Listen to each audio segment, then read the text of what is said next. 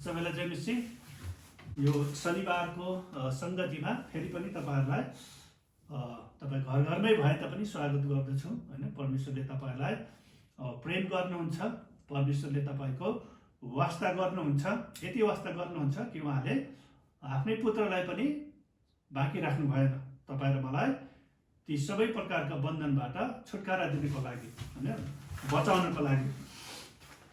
र म आज तपाईँहरूको अगाडि यूहन्नाको पुस्तक 2 अध्यायबाट बाँड्न चाहन्छु। यसरी लेखेको छ, तेस्रो दिन गालिलको काना नगरमा एउटा विवाह थियो। येशूकी आमा त्यहाँ थिइन्। येशू र उहाँका चेलाहरू पनि विवाहमा निम्त्याइएका थिए। दाखमत सिद्धिएपछि येशूकी आमाले उहाँलाई भनिन्, तिनीहरूसित दाखमत छैन? येशूले तिनलाई भन्नुभयो, हे नारी, मैले के गर्नुपर्छ मलाई नभन्नुहोस्, मेरो समय अझसम्म आएको छैन। उहाँकी आमाले चाकरहरूलाई भनिन्, उहाँले भन्नुभए बमोजिम तिमीहरूले गर। अब यहुदीहरूको शुद्धि हुने प्रथाको निम्ति त्यहाँ प्राय 100 लिटर अटाउने ढुङ्गाका 6वटा घ्याम्पाहरू राखिएका थिए। येशूले तिनीहरूलाई भन्नुभयो, घ्याम्पाहरू पानीले भर। तिनीहरूले घ्याम्पाको मुखसम्मै पानी भरिदिए। उहाँले तिनीहरूलाई भन्नुभयो, अलिकता उघाएर भोजका मुखिया कहाँ लैजाऊ। तिनीहरूले सो लगे। भोजका मुखियाले त्यो पानी चाखे, जो अब दाखमतमा परिणत भएको थियो। त्यो कहाँबाट आएको हो सो तिनलाई थाहा थिएन, तर पानी भर्ने चाकरहरूलाई भने थाहा थियो।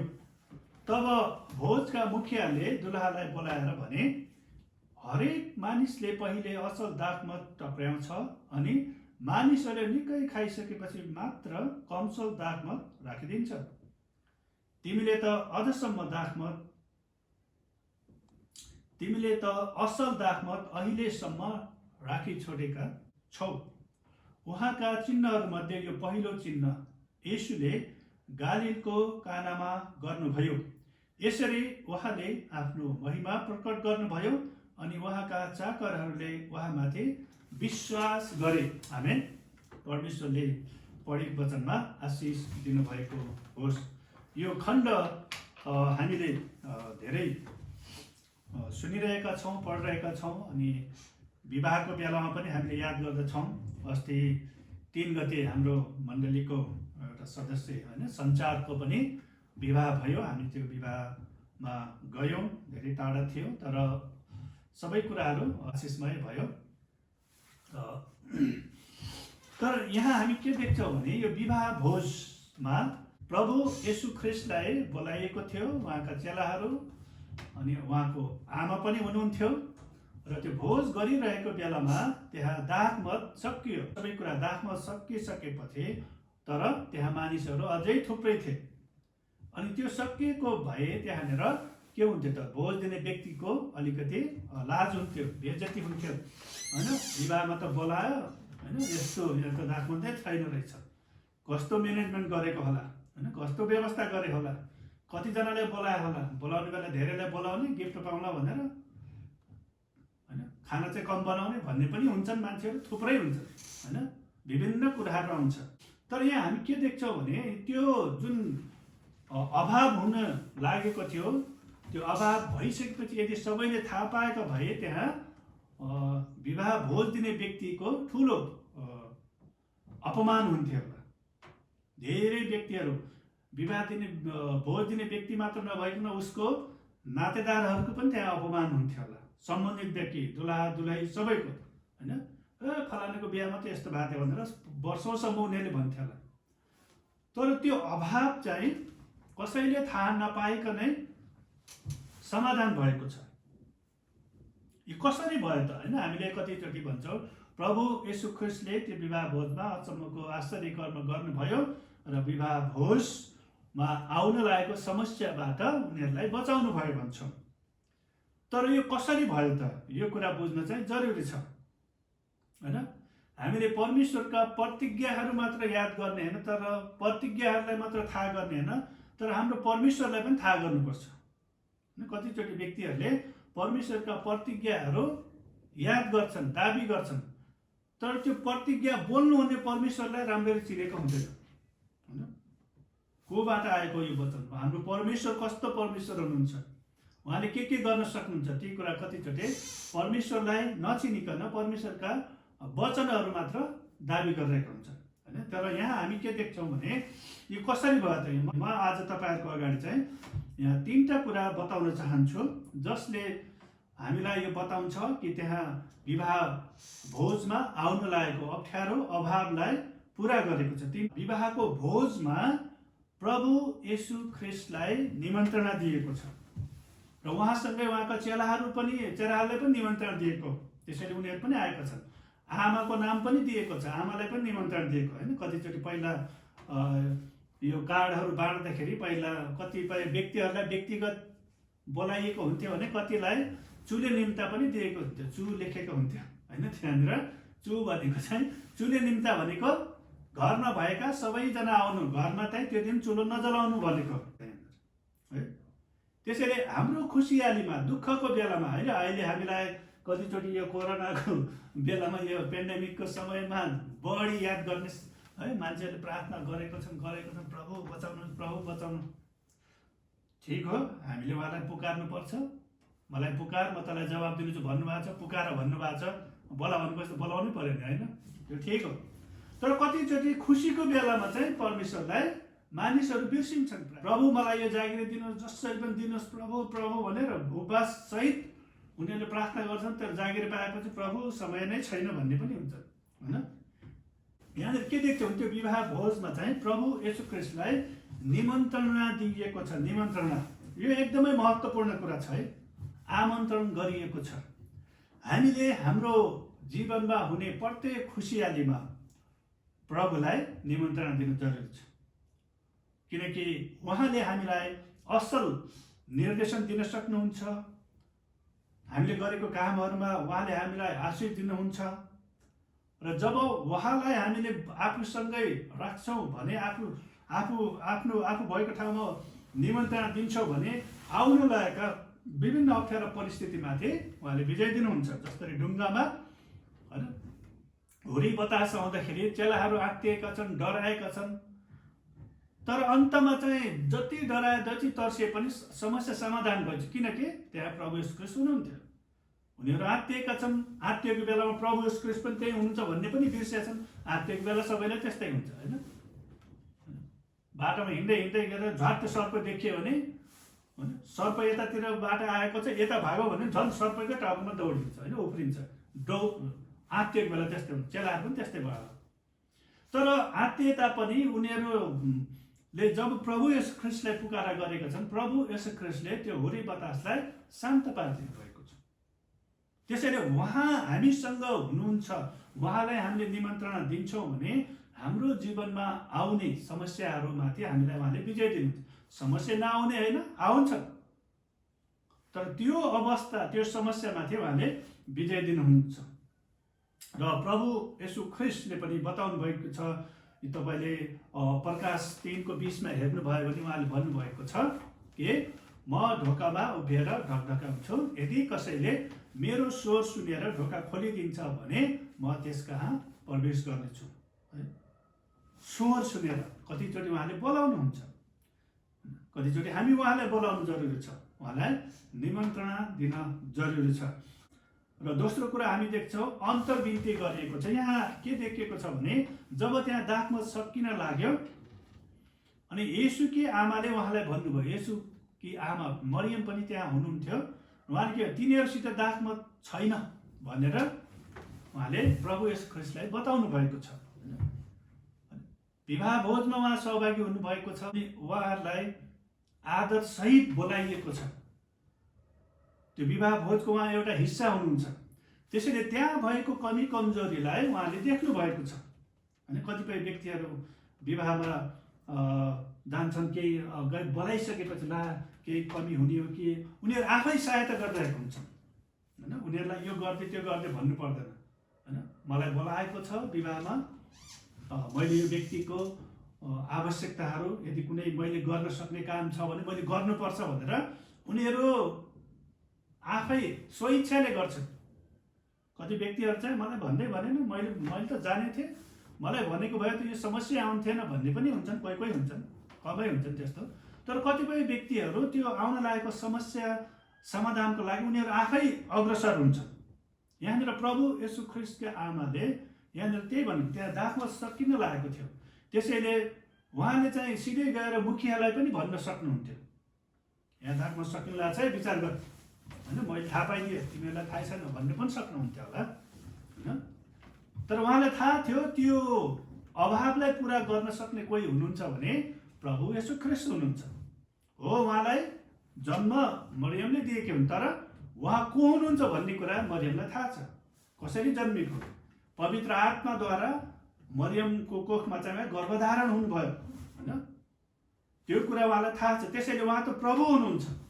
त्यसैले त्यो अवस्थामा चाहिँ मरियमले चाहिँ अन्तर्विन्ती गरेको छ। त्यसैले तपाईँ र मेरो अन्तर्विन्ती ठिक ठाउँमा हुनु जरुरी छ, ठिक व्यक्ति कहाँ हुनु जरुरी छ। कतिपय कुनै कुरा हामीले जुन व्यक्तिलाई भन्नुपर्ने हो त्यसलाई नभनिकन अरूलाई भनिरहेको हुन्छ, तर त्यसले समस्या समाधान हुनमा चाहिँ ढिलाइ हुन्छ, बरु समाधान हुँदैन। जुन व्यक्तिलाई भन्नुपर्ने हो, जसले गर्न सक्ने हो, त्यो व्यक्तिलाई भन्न चाहिँ जरुरी छ। तर यहाँनिर प्रभु येशू ख्रीष्टले के भन्नुभयो, हे नारी, मैले के गर्नुपर्छ मलाई नभन्नुहोस्, मेरो समय अझ आएको छैन। हे नारी, मैले के गर्नुपर्छ मलाई नभन्नुहोस्, मेरो समय अहिलेसम्म आएको छैन। अनि त्यो भनिसकेपछि मरियमले के भनेको छ यहाँनिर उनकी आमाले चाकरहरूलाई भनिन्, उहाँले भन्नुभयो बमोजिम तिमीहरूले गर। त्यहाँनिर त मरियम त यहाँ सकिन लागिसकेको समय आएको छैन भन्छस्, छिटो गर भन्न पनि सक्दैन होइन, छोरा हो नि त, साँच्चैकै छोरा त्यो प्रकारको शारीरिक छोरा भयो भए आमाले त्यो प्रकारले डाँट्थिन् होला।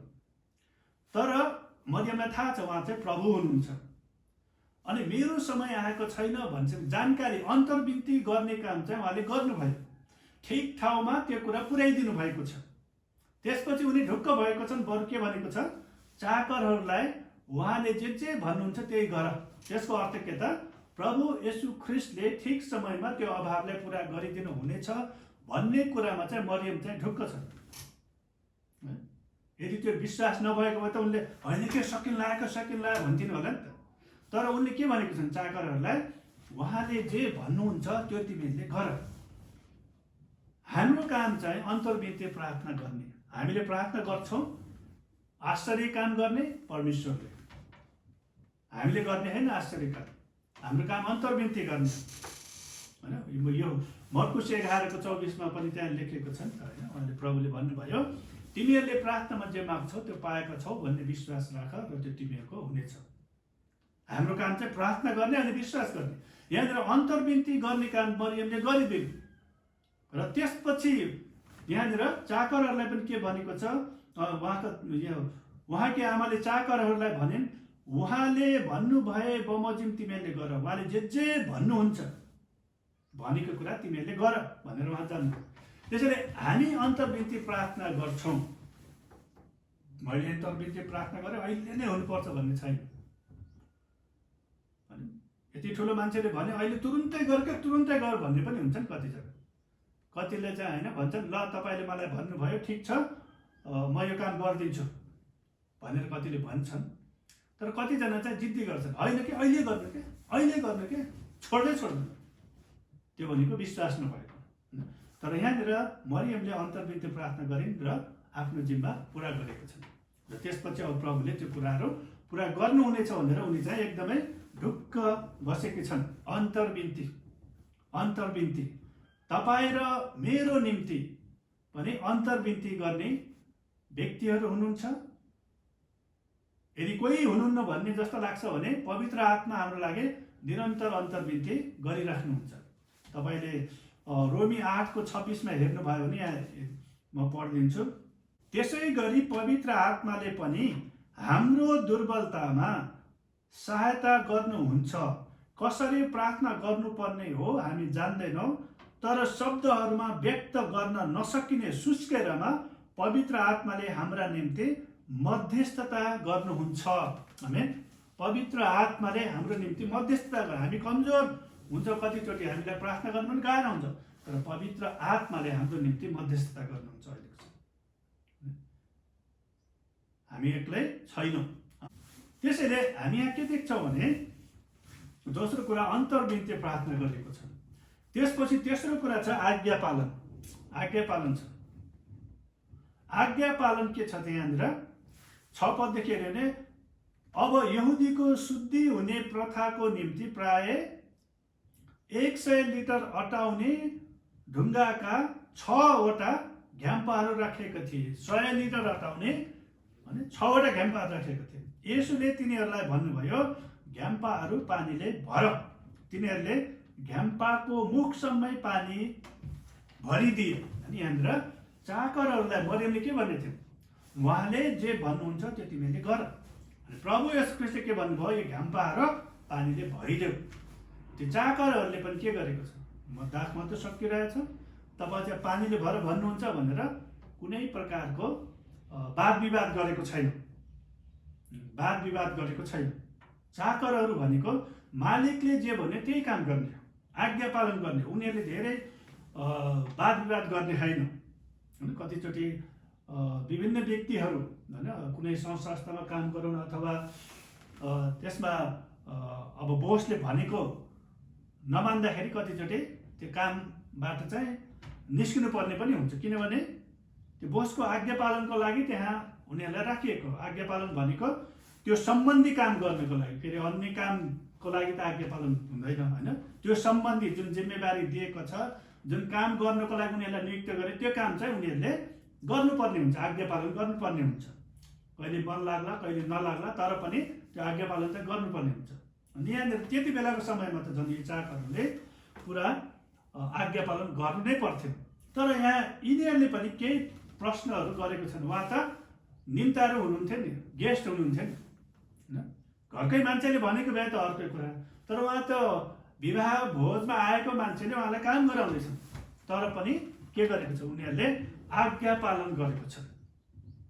आज्ञा पालन गरेर उनीहरूले त्यो यो 100 लिटर अटाउने 6वटा घ्याम्पाहरू पानीले भरेको छन्। कति? मुखसम्मै भनेको छ। मुखसम्मै पानीले भरिदिए। मुखसम्मै त्यो पुरै भरिदिए है। त्यो घ्याम्पाहरू भर्न त्यति बेलाको समयमा गाह्रो थियो। होइन, अहिलेको जस्तो अवस्था थिएन। त्यहाँ कुवाबाट पानी ल्याउनु पर्ने हो कि नदीबाट ल्याउनु पर्ने हो कि होइन, त्यो मोटर लगाएर सुइँ जाने त होइन, पाइप पनि थिएन त्यति बेला। तर पनि उनीहरूले त्यो काम गरेका छन्। र उहाँले तिनीहरूलाई भन्नुभयो, अलिकता लिएर भोजका मुखिया कहाँ लैजाऊ। तिनीहरूले सो लगे। भोजका मुखियाले त्यो पानी चाखे जो अब दाखमतमा परिणत भइसकेको थियो। अनि त्यो पानी लगेर गएको छ। तर जब भोजको मुखियाले चाख्छ त्यो दाखमत भइसकेको थियो। होइन, दाखमध्ये भइसकेको थियो। त्यसैले यहाँ हामी तेस्रो कुरा के देख्छौँ भने त्यो पानी दाखमतमा परिणत हुनुको पछाडि चाहिँ 3टा कुराहरूमध्ये होइन, पहिलो कुरा चाहिँ यहाँ के छ त? आश्चर्य कर्म यदि हाम्रो जीवनमा हुनु हो भने, होइन, परमेश्वरको आश्चर्य कर्म हामी देख्न चाहन्छौँ भने हामीले पहिलो कुरा चाहिँ ख्रीष्ट येशूलाई हाम्रो हृदयमा निम्त्याउन जरुरी छ। हाम्रो कामहरूमा उहाँलाई आमन्त्रण गर्न जरुरी छ। हाम्रा योजनामा उहाँलाई आमन्त्रण गर्न जरुरी छ। हाम्रो घरमा उहाँलाई आमन्त्रण गर्न जरुरी छ। हाम्रो स्टडीमा उहाँलाई आमन्त्रण गर्न जरुरी छ।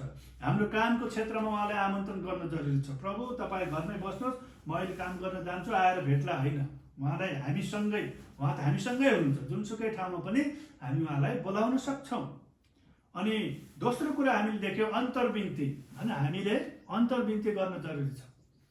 अन्तर्विन्ती हामी कतिचोटि अरूहरूको लागि प्रार्थना गरिरहेको हुन्छ र कतिचोटि आफ्नै लागि पनि परमेश्वरसँग हामी अन्तर्विन्ती गर्छौँ।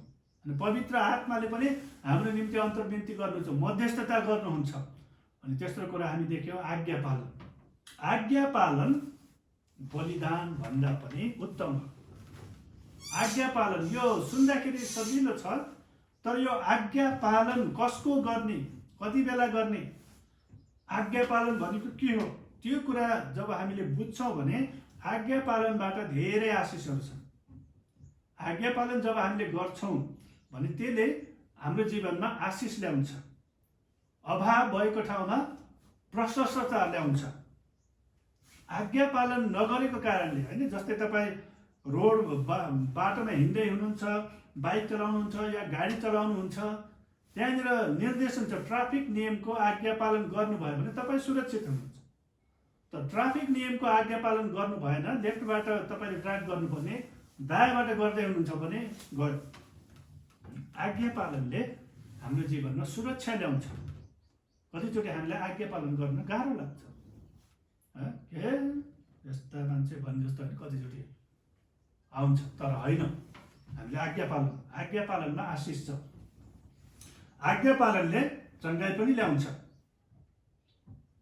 तपाईँले बाइबलमा हामी हेर्छौँ कि 10 जना कुष्ठरोगीहरूको बारेमा, होइन, 10 जना कुष्ठरोगी जब प्रभु येशू ख्रीष्ट कहाँ आउँछन् र प्रभु येशू ख्रीष्टले के भन्नुहुन्छ, जाओ तिमीहरू गएर पुजारीलाई देखाओ।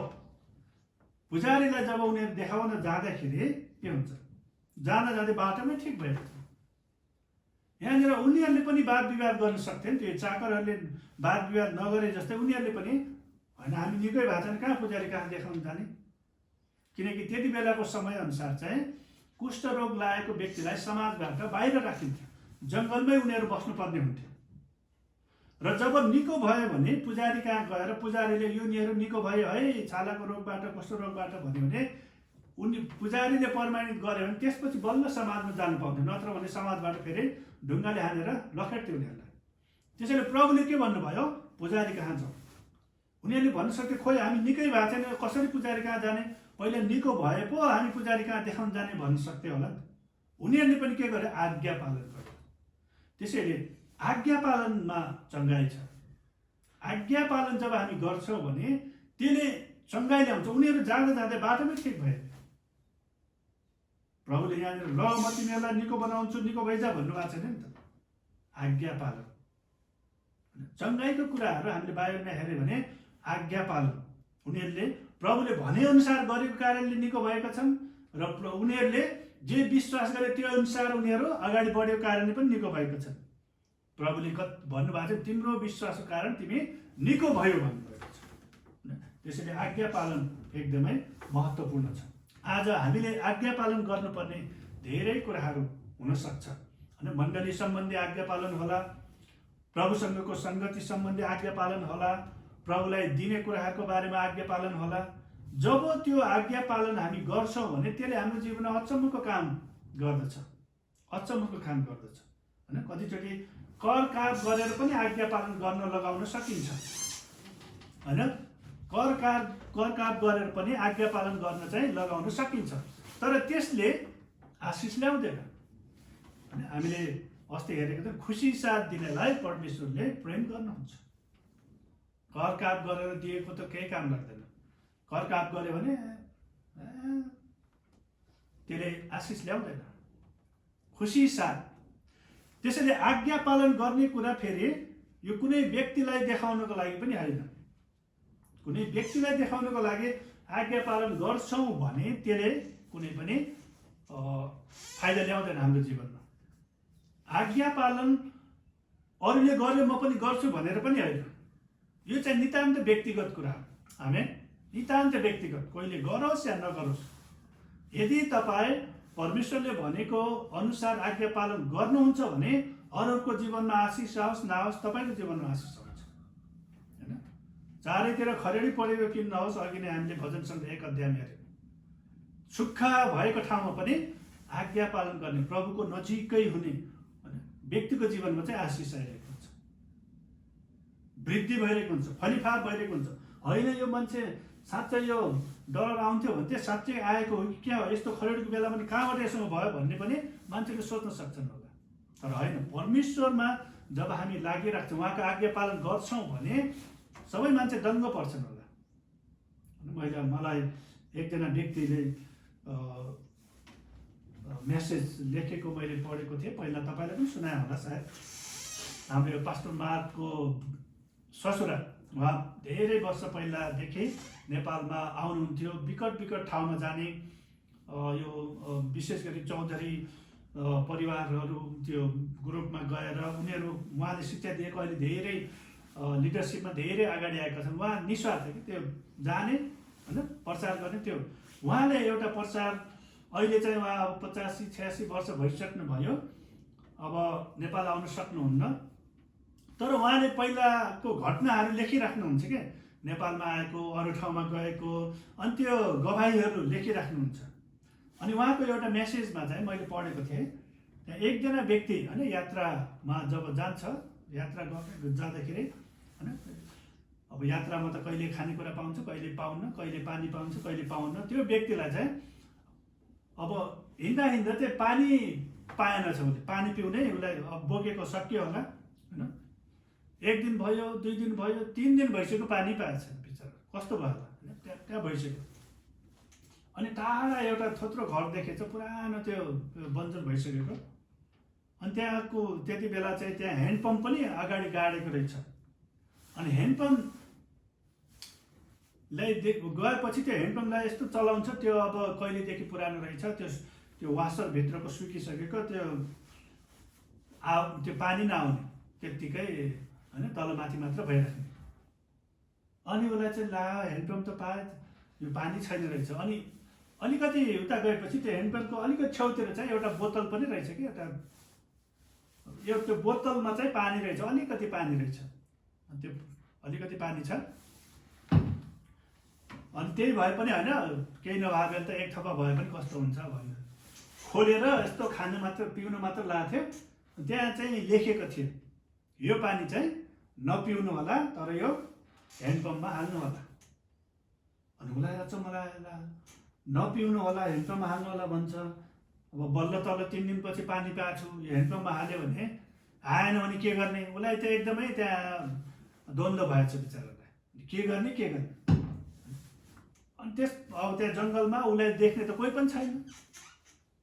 तर उसले के लाग्यो भने ठिकै छ, जे होस्, यति दिनसम्म जे भयो, अब यहाँ लेखे अनुसारै गर्छु।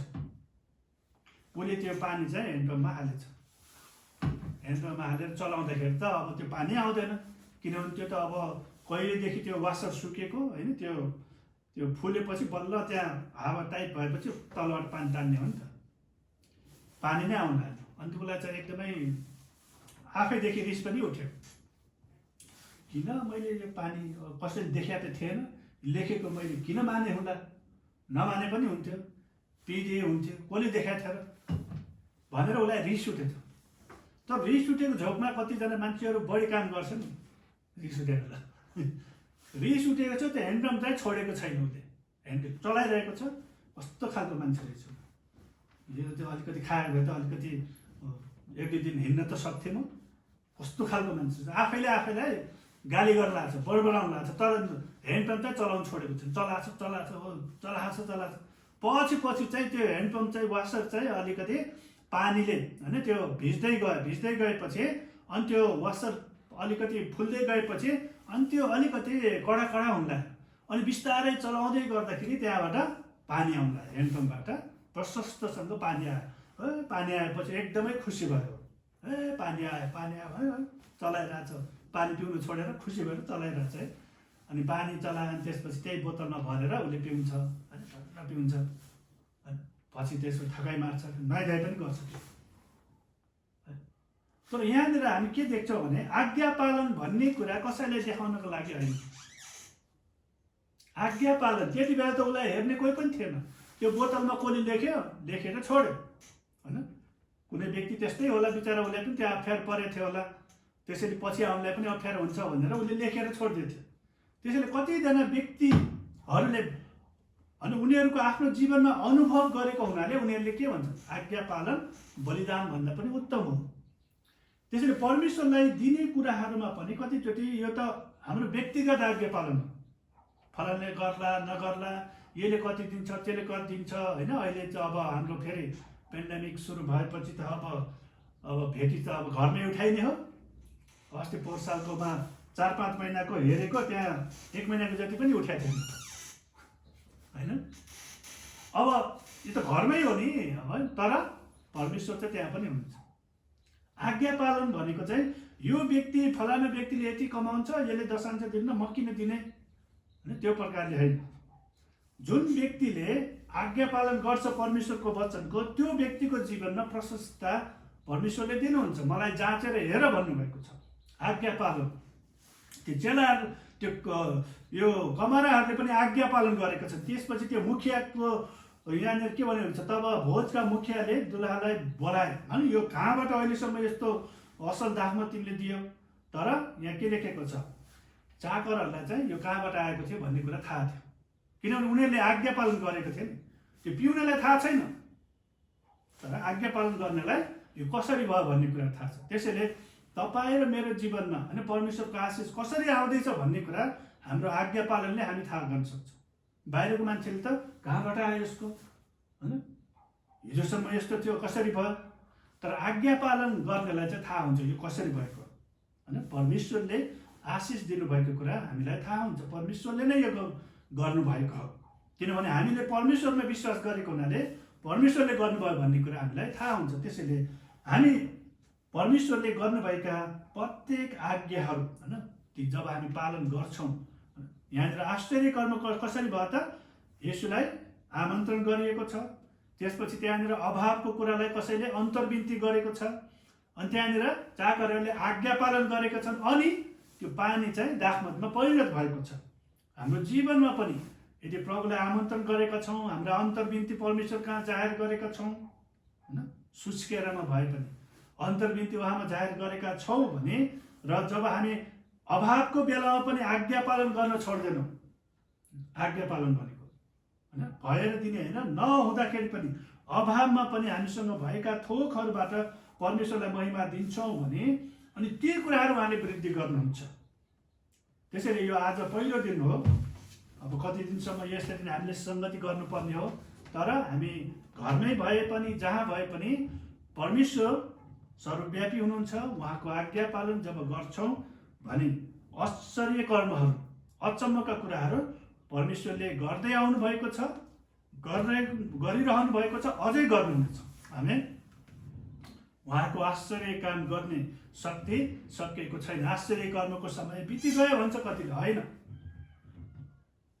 उहाँले के भन्नुभएको छ, प्रभु येशू ख्रीष्ट हिजो आज अनि सधैँभरि एक समान हुनुहुन्छ, उहाँ कहिले पनि बदलिनु हुँदैन।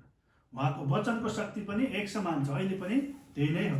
त्यसैले हामी परमेश्वरलाई धन्यवाद दिन्छौँ। यो समय जतिसम्म यसरी हामी अब अनलाइनमै प्रचार गर्नुपर्ने हो, सङ्गति गर्नुपर्ने हो, या आउँदो दिनहरूमा हामी सबैसँगै पनि फेरि भेला हुनेछौँ।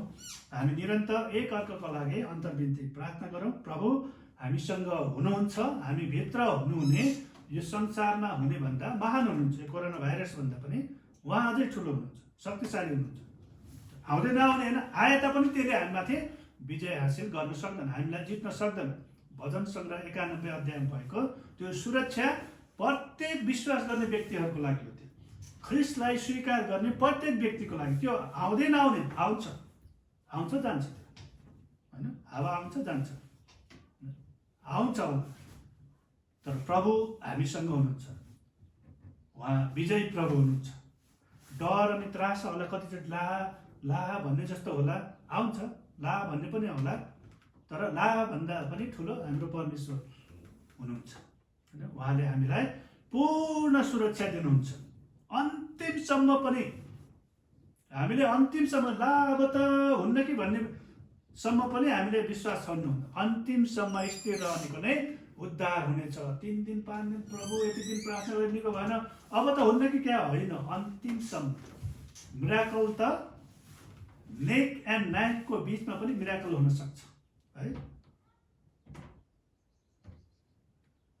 अब्राहमले आफ्नो छोरालाई चक्कु उठाइसकेको थियो नि, हान्नै लाग्दाखेरि त्यो हान्न कति टाइम लाग्छ, माथिबाट यस्तो गर्नु, त्यो बिचमा पनि मिराकल हुन्छ। त्यो परमेश्वर हाम्रो परमेश्वर हुनुहुन्छ। त्यसैले हामी हरेस खाँदैनौँ। उहाँले भन्नुभएको छ, मका हुनेलाई म कुनै रीतिले पनि त्याग्ने छैन, छोड्ने छैन। त्यसैले हाम्रा सबै परिस्थितिमा हामीलाई सहायता गर्ने परमेश्वर हामीसँगै हुनुहुन्छ। हामी उहाँलाई धन्यवाद दिन्छौँ। हुन्छ, सबैलाई जय होस्। परमेश्वरले तपाईँहरू सबैलाई आशिष दिनुभएको